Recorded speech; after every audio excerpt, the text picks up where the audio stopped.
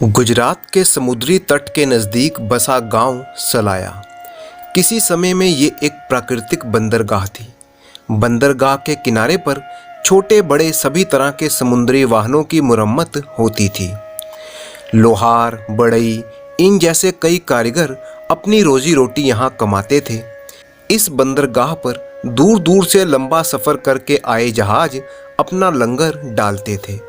उस गांव के कई मर्द इन जहाज़ों पर काम करते थे और दूसरे देशों की समुद्री यात्राओं पर जाते थे। देश प्रदेश के कई छोटे बड़े व्यापारियों की बखारें पूरी वेग के साथ वहां चलती थीं। रोज सुबह एक औरत बंदरगाह पर आकर खड़ी हो जाती और समुद्री यात्रा से वापस आने वाले आदमियों से मिलती और पूछती, तुम कहाँ से आ रहे हो भाई? अम्बोई से कोई आ रहा है क्या? मेरे पति का समाचार लाए हो? तुम्हारे पति का क्या नाम है बहन? महिला उस सवाल से शर्मा जाती है। चारों तरफ नज़र दौड़ाकर लज्जा और मर्यादा को संभाल लेती है। फिर जवाब देती है, उनका नाम जमुना दास है।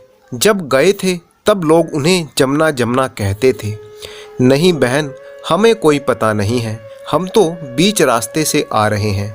महिला लंबी सांस लेती है, आंखों में आए आंसुओं को पोंछकर निराशापूर्ण सिफारिश करती है, भाई तुम अम्बोए जाओ, तब थोड़ी खोज खबर करना, अपने लोगों से भी सिफारिश करना और इस गरीब बहन का इतना काम ज़रूर करना।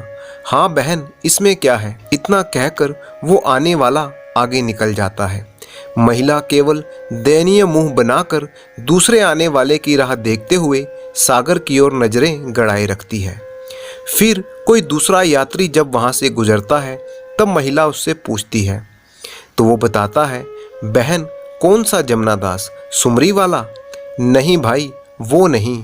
तब खंबियाले वाला? नहीं भाई, वो भी नहीं, वो तो सेठ हैं, पर हमारा कोई धंधा नहीं है। तो बहन, आपके पति कितने वर्ष पहले चले गए थे? भाई आजकल करते करते 15 वर्ष हो गए हैं। विवाह मंडप से ही वो उठकर चले गए थे और अब नसीब में होगा तो आएंगे। तो फिर बहन कोई बातचीत हुई? नहीं भाई, कोई बातचीत नहीं हुई, ना कोई चिट्ठी ना पत्र।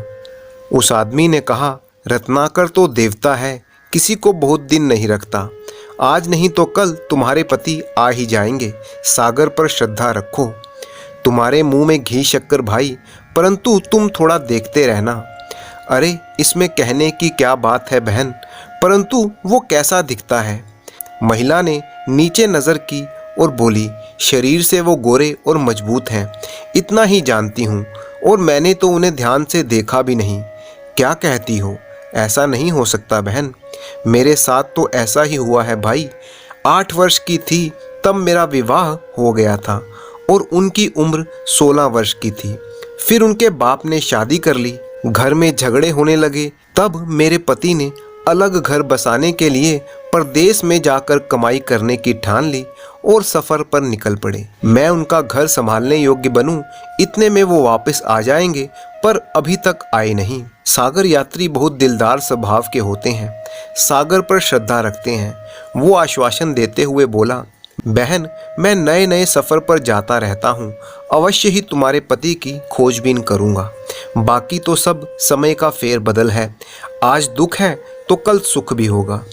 मैं भी इसी आशा पर जीवित हूँ भाई। सलाया की बंदरगाह पर लगातार 5 वर्षों से यह महिला इसी तरह पूछताछ करती हुई भटकती थी। इसका नाम था नाथी बाई। सलाया के घेला राम की पुत्री थी ये, और पंडाया के हरख चंद्र के पुत्र के साथ विवाहित थी। घेला राम की मृत्यु हो चुकी थी और उनके पीछे नाथी बाई और उनकी माता ही अकेली बची थी। माँ बेटी गांव में अनाज मजूरी करके अपना जीवन यापन करती। नाथी बाई का पति जमुना दास तो विवाह करते ही परदेश चला गया था। पुत्र को ब्याहने के बाद बाप ने स्वयं भी शादी कर ली। घर में नई सासू आई तो लगातार झगड़े होने लगे। बरसों तक राह देखने के बाद नाथी बाई बंदरगाह पर जाती थी, नित्य नए मर्दों से बात करती। ऐसी बातें गांव में फैल गई। आखिर एक दिन सासू ने झगड़ा किया और नाथी बाई को उसकी माँ के पास भेज दिया। माँ बेटी में भी इस बात को लेकर काफ़ी खींचातानी हुई। नाथी बाई अब पति की खोज खबर लेने के लिए चुपके चुपके सागर के किनारे जाने लगी। इसी तरह से दिन बीतते गए, महीने बीत गए और वर्ष भी बीत गए।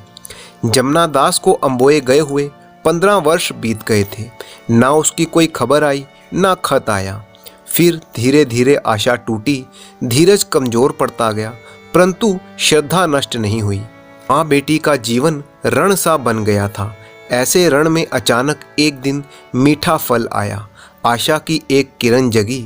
एक दिन सुबह के पहर में एक आदमी नाथी बाई का घर पूछते हुए आया, क्या बहन अब तू सागर किनारे नहीं आती?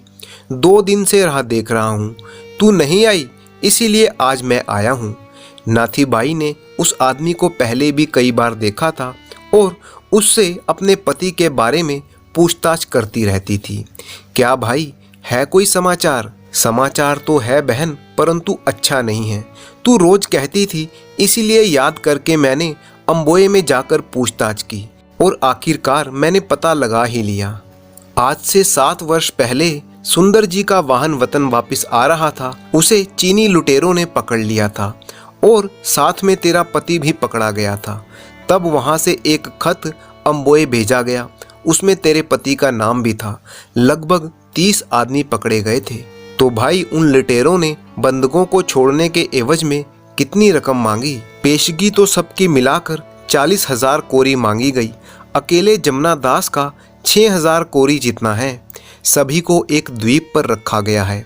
यह द्वीप अम्बोए से 150 कोस दूर मध्य समुद्र में स्थित है। वहाँ समुद्री लुटेरों का ठिकाना है, ऐसा समाचार मिला है। बहुत मेहरबानी भाई। और फिर वो आदमी सारा समाचार देकर वहाँ से चला गया, परंतु माँ बेटी को नए दुख की वेदना में डालता गया। इनके साथ कोई मर्द नहीं था। अनाथ और असहाय इन दुखियों का कोई सहारा नहीं था। कहाँ अम्बोए, कहाँ समुद्री लुटेरे और कहाँ सलाया। माँ ने कहा, जमुना दास के बाप हरखचंद को समाचार दे देते हैं। अरे बाप को परवाह होती तो 15 वर्ष बीतते क्या? उनसे आशा करना निरर्थक है माँ। नाथी बाई पूरे दिन भूत की तरह भटकती रही। उसका हृदय किसी अनजान दुख से पीड़ित हो रहा था। कहाँ जाऊं, किससे पूछूं, समुद्री लुटेरों को कौन पकड़ेगा? वह अपने पति के दर्द की कल्पना करने लगी। एक एक कल्पना की तरंगों में नाथी बाई को अब अपना दुख कम लगने लगा। उसने सोचा कि 7 वर्ष से मेरे पति समुद्र पर नजरें गड़ाए होंगे कि कोई आएगा, कोई तो छुड़ाएगा। इस तरह की आशा उनके हृदय में उठती होगी। उनके पैरों में जंजीरें बंधी होगी, परंतु उन्हें छुड़ाने कौन जाएगा? बाप तो जाएगा नहीं और माँ तो है ही नहीं। तभी उसके दिमाग में एक विचार कौंधा, क्यों नहीं है उनका कोई? मैं हूं ना, मैं जाऊंगी। विचार ने दृढ़ता का रूप ले लिया। नाथी बाई ने मन ही मन दृढ़ निश्चय कर लिया कि मैं ही जाऊंगी। और वैसे भी इस तरह के अस्त व्यस्त जीवन का क्या फायदा? नाथी बाई ने अपना विचार माँ को बताया। माता को बहुत क्रोध आया। उसने बेटी को धमकाया, परंतु नाथी बाई का मन नहीं बदला। आखिरकार माता ने कहा, तुम्हें जाना ही है तो मैं भी साथ आऊंगी, मेरा यहाँ पर क्या है? माँ बेटी ने अपना सलाया का घर बंद किया। अपने घर की सारी वस्तुएं बेच डाली। अपने गहने जेवर तक उन्होंने बेच डाले। नाथी बाई ने 3,000 कोरी का इंतजाम कर लिया। फिर वो दोनों माँ बेटी एक सेठ के पास गईं। जब उस व्यापारी ने 2 स्त्रियों को बिना किसी पुरुष के आए देखा तो वो हैरान रह गया। उसने माँ बेटी के खाने पीने का इंतजाम किया। फिर सेठ बोला, अरे बहन, तुमने इतना कष्ट उठाया, इसके लिए तो मैं तुम्हें धन्यवाद देता हूँ, परंतु वो समुद्री लुटेरे दगाखोर होते हैं, पेशगी भी खा जाते हैं और कैदियों को भी नहीं छोड़ते। नाथी बाई ने कहा, भाई मैं तो जरूर जाऊंगी उन लुटेरों के पास। वे भी आदमी होंगे, उनकी भी बहू बेटियां होंगी। उनके समक्ष अपना आंचल फैलाऊंगी, पैर पड़ूंगी, विनती करूंगी, पर अपने पति को वापस लेकर ही आऊंगी। तुम कृपया करके मेरे लिए एक समुद्री वाहन की व्यवस्था कर दो। उस व्यापारी की आंखों में आंसू आ गए। वो बोला, मैं तुम्हारी हिम्मत को धन्यवाद देता हूँ, परंतु लुटेरों के पास अपना समुद्री वाहन कौन भेजेगा? नाथी बाई ने कहा, कोई भी उपाय करो काका, टूटा फूटा खोखे जैसा कोई भी समुद्री वाहन मुझे चलेगा। मैं जिंदगी भर तुम्हें आशीर्वाद दूंगी।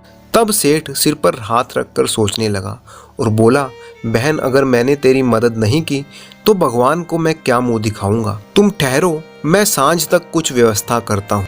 शाम तक सेठ ने एक मोटी रकम चुकाकर उनके लिए एक समुद्री वाहन की व्यवस्था कर दी और फिर सेठ उनसे बोला, बहन, मैं तुमको रोकूंगा नहीं, पर तुम्हें अकेले जाने भी नहीं दूंगा।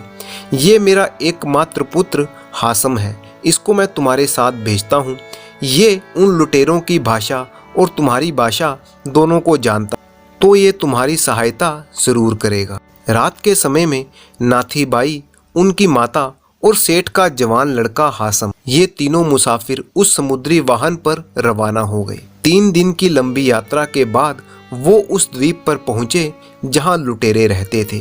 समुद्र के बीच मजबूत किलेबंदी वाले द्वीप में वो लुटेरे थे। द्वीप के चारों तरफ लुटेरों ने मजबूत पहरा लगा रखा था। पहरेदारों ने वाहन को रुकवाया। वाहन द्वीप पर जाने वाला है, ये जानकर उसे किनारे पर ही रोक दिया गया। नाथी बाई, उसकी माता और हासम किनारे पर उतरे। 2 औरतों को आया सुनकर अचंभित हुआ लुटेरों का मुखिया वाहन के करीब आया। हासम चीनी और मलई दोनों भाषाएं जानता था। उसने दोनों औरतों के आने का कारण विस्तार से मुखिया को बताया। मुखिया यह बात सुनकर बहुत ही आश्चर्यचकित हुआ। मुखिया ने अपना हाथ नाथी बाई के सिर पर रखा और बोला, ये सौराष्ट्र की एक लड़की जो अपने पति की खोज के लिए यहाँ आई है, ये अद्भुत है। धन्य है तेरी पति भक्ति और धन्य है तेरी श्रद्धा। तू लुटेरों के थाने में क्यों आई? क्या तुझे मालूम नहीं हम लुटेरे हैं? हम तुझे पकड़ लेंगे और तेरी दुर्दशा भी कर सकते हैं। तुझे डर नहीं लगता? हासम ने नाथी बाई की बात मुखिया को उसी की भाषा में समझा। मुखिया नाथी बाई की तरफ देखता रहा। नाथी बाई बोली, हासम भाई, इसे समझा दो कि मैं मनुष्य जाति में विद्यमान ईश्वर पर विश्वास को लेकर यहाँ पर आई हूँ। तुम्हारी भी बहन बेटियाँ होंगी, उन्हें याद करके मेरे पति को छोड़ दो या फिर मुझे पकड़ लो। मेरे लिए दोनों ही बराबर हैं। हम पति पत्नी दोनों मुक्त हो जाएं या दोनों कैद हो जाएं। दोनों में से किसी भी दशा में रहने के लिए मैं तैयार होकर आई हूँ। मैं तुम्हारी बेटी जैसी हूँ। जैसा तुम्हें तुम्हारा ईश्वर करे तुम वैसा करो। नाथी बाई की हिम्मत और उसकी भावना को देखकर लुटेरों का मुखिया बहुत ही प्रभावित हुआ। उसने सौराष्ट्र के कैदियों को हाजिर करने का हुक्म दिया। मुखिया की आज्ञा से जंजीरों में जकड़े हुए 25 वृद्ध और युवाओं को मुखिया के समक्ष प्रस्तुत किया गया। सभी एक ही सांचे में बने प्रेत जैसे दिख रहे थे। मुखिया ने कहा, बहन देख लो, इसमें है तेरा पति। नाथी बाई ने 2500 अस्थि पिंजर नजर आने वाले उन आदमियों पर नजर डाली। एक समान यातना ने सभी के चेहरों को पीला, सूखा और उजाड़ बनाकर रख दिया था। मुखिया ने कहा, बहन, हमारे यहाँ गड़ा हुआ आदमी तुरंत नहीं पहचाना जा सकता। तभी उसने आवाज लगाकर कहा, जमुना दास कोई है तो आगे आओ। 30 साल का होने पर भी 60 साल के बूढ़े जैसे दिखने वाला एक आदमी आगे बढ़ा। नाथी बाई ने अपने पति को पहचाना और अपनी माता की तरफ देखा। माता की आंखों से आंसू छलक पड़े थे। हाँ भाई, यही है। नाथी बाई ने इतना कहा और मुखिया के पैरों में वो रकम की गठड़ी रख दी जो वो साथ लेकर आई थी। मुखिया ने नाथी बाई को रोक कर कहा, बस बहन, बहुत हुआ। हमारी बेईमानी और क्रूरता की बातें सुनकर मर्द तक कांप जाते हैं। फिर तू इतनी दूर से चलकर यहाँ तक आई है। तेरे जैसी पवित्र औरत की कुर्बानी मैं समझता हूँ। तेरे जैसी माँ, बहन या बेटी हम लुटेरों के भी होती तो हम लुटेरे नहीं बनते। इसीलिए पुत्री, यह रकम तू अपने पास ही रख ले और अपने पति को ले जा। मैंने उसे बहुत दुख दिए हैं, तू उसके लिए मुझे माफ़ कर देना। नाथी बाई लुटेरों के मुखिया के सामने झुक गई और हाथ जोड़कर उससे विनती करने लगी, ये बाकी सभी कैदी भी मेरे देश के बंधु हैं, इन सब को भी मुझे दे दो। ले जाओ माँ, ले जाओ। मेरा वाहन तुम सभी को पहुंचा आएगा। इन सभी की भी माताएं और पत्नियां होंगी, उन्हें सौंप देना। मुखिया ने सभी कैदियों को बंधन मुक्त करने की आज्ञा दे दी। एक फौलादी राक्षस जैसे आदमी के हृदय को पिघलाकर 3 परदेशियों के साथ आया हुआ जहाज 30 मुसाफिरों को साथ लेकर नाथी बाई वापस हुई। और इस तरह से नाथी बाई ने अपने पति को उन लुटेरों के चंगुल से छुड़ा लिया और वापस अपने गांव में आकर रहने लगी।